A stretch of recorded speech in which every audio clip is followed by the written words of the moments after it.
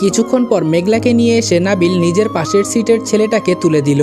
মেঘলাকে জানালার পাশে বসিয়ে দিয়ে জানালা খুলে দিল আর মেঘলাকে ধরে নিজের কাঁধের ওপর শুইয়ে দিয়ে বলল ঘুমাও। মেঘলার আপত্তি থাকলেও তার মাথা ব্যথা করছে, তাই আপত্তি না করে নাবিলের কাঁধে মাথা রেখে ঘুমানোর চেষ্টা করলো আর কিছুক্ষণের মধ্যে ঘুমিয়েও গেল। আকাশ আর চোখে বারবার মেঘলাকে দেখছে, কিন্তু মেঘলা গভীর ঘুমে আচ্ছন্ন। মাঝপথে খাওয়ার জন্য সবাই নেমে গেল। আকাশের পাশে বসা মেয়েটি এসে বলল, নাবিল খাবে না? নামছ না যে? নাবিল বলল, দেখতেই পাচ্ছ মেঘলা ঘুমাচ্ছে, ওকে রেখে যাব কি করে? বুঝতেই তো পারছো অসুস্থ হয়ে গেছে মেয়েটা। আকাশ, তুই যদি ওর পাশে একটু বসতি আমি খেয়ে আসতে পারতাম। আমি না হয় তোর জন্য খাবার নিয়ে আসবো। আকাশ বলল, আচ্ছা তুই যা। এই বলে আকাশ মেঘলার পাশে বসলো। নাবিল আর মেয়েটি চলে যাওয়ার পর আকাশ মেঘলাকে নিজের কাঁধে শুইয়ে দিয়ে আলতো করে কানের কাছে চুলগুলো গুজে দিয়ে মেঘলার কপালে চুমু খেলো। কিন্তু মেঘলা সেসব দেখতে পাচ্ছে না, সে তো তার ঘুমের রাজ্যে বিচরণ করছে। কিছুক্ষণের মধ্যেই নাবিল ফিরে এলো। এখনো কেউ আসেনি। নাবিল মেঘলাকে ডাকতে যাবে, তখনই আকাশ বলল, ডাকিস না, আগে আমি যাই তারপর ডাক। নাবিল বলল, তোর মাথায় কখন কি চলে শুধু তুই জানিস, বাকি সবার মাথার উপর দিয়ে যায়। আকাশ বলল, সময় হলে না হয় বোঝাবো। আকাশ চলে যাওয়ার পর নাবিল মেঘলাকে ডেকে খাইয়ে দিল। নাবিল বলল, মেঘলা ঠিক আছো? ঘুমিয়ে মেঘলার সব ক্লান্তি দূর হয়ে গেছে। আমি একদম ঠিক আছি ভাইয়া, আপনি টেনশন করবেন না। মেঘলা বলল, ভাইয়া একটা প্রশ্ন করব? নাবিল বলল, অবশ্যই। মেঘলা বলল, না মানে আসলে আকাশ ভাইয়ার সাথে বসা মেয়েটা কে?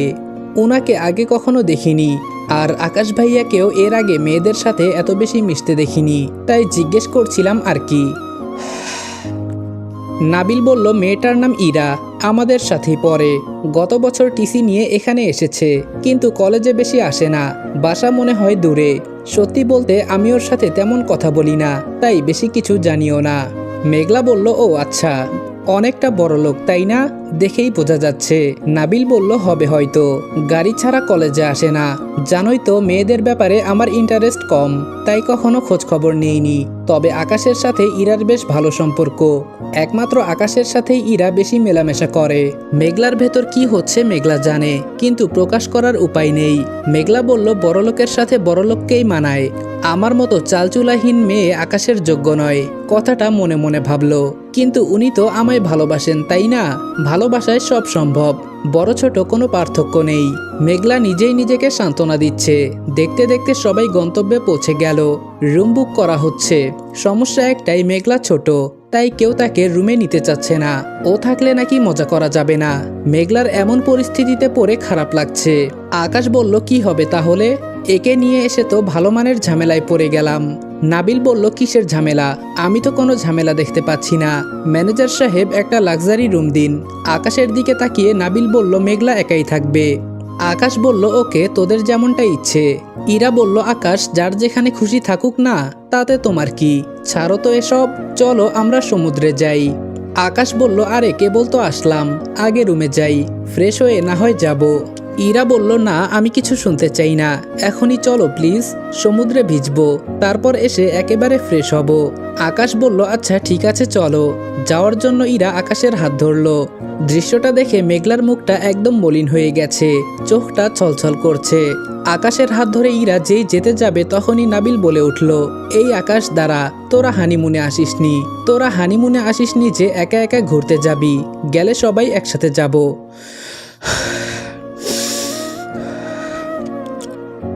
ইরা বলল, উফ কেমন নাবিল, আমরা স্কুলের বাচ্চা না যে স্যাররা হাত ধরে নিয়ে ঘুরে বেড়াবে।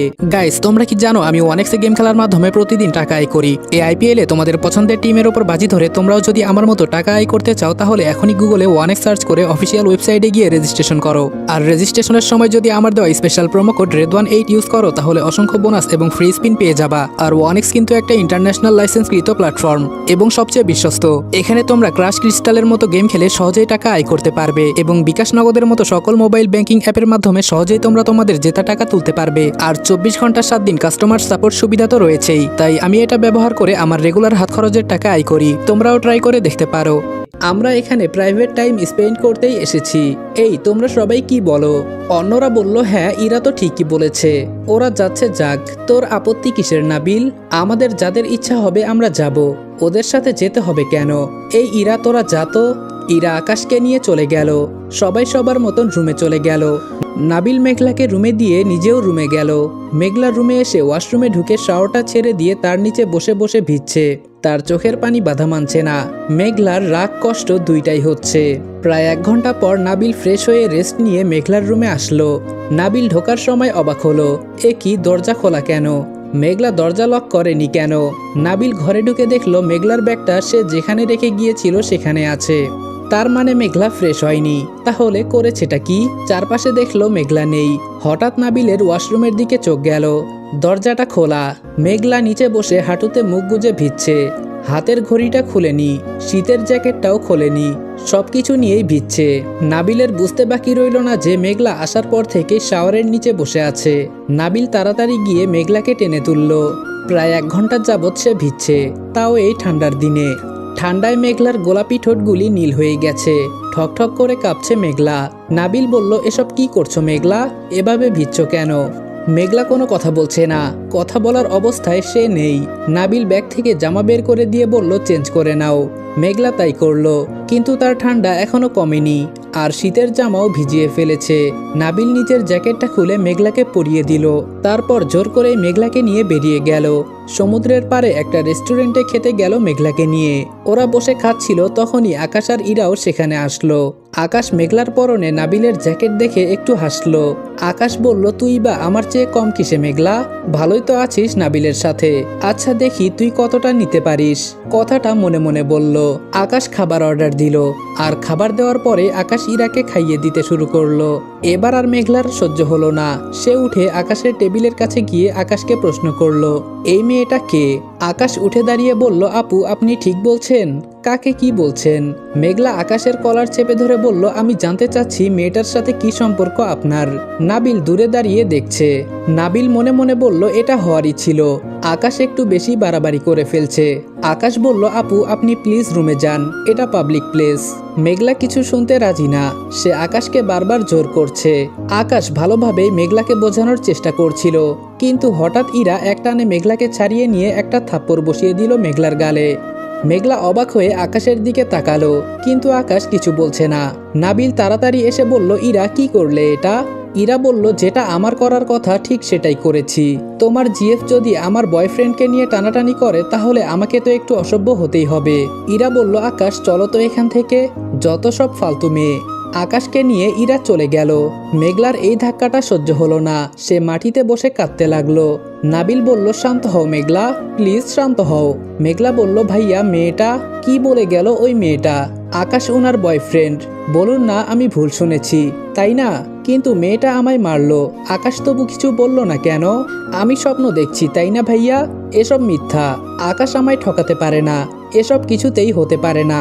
নাবিল মেঘলাকে কি বলে সান্ত্বনা দিবে বোঝাতে পারছে না।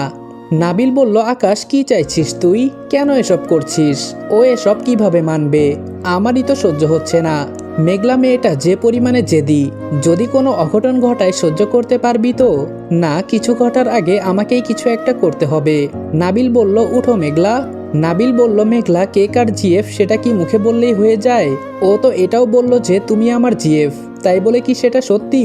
মেঘলা বলল, মিথ্যাই যদি হবে আকাশ কেন প্রতিবাদ করলো না? কেন বলল না ও আমায় ভালোবাসে? আচ্ছা ভাইয়া, আমি কি দেখতে খুব খারাপ যার কারণে আকাশ আমাকে প্রেমিকা হিসেবে পরিচয় দিতে পারে না?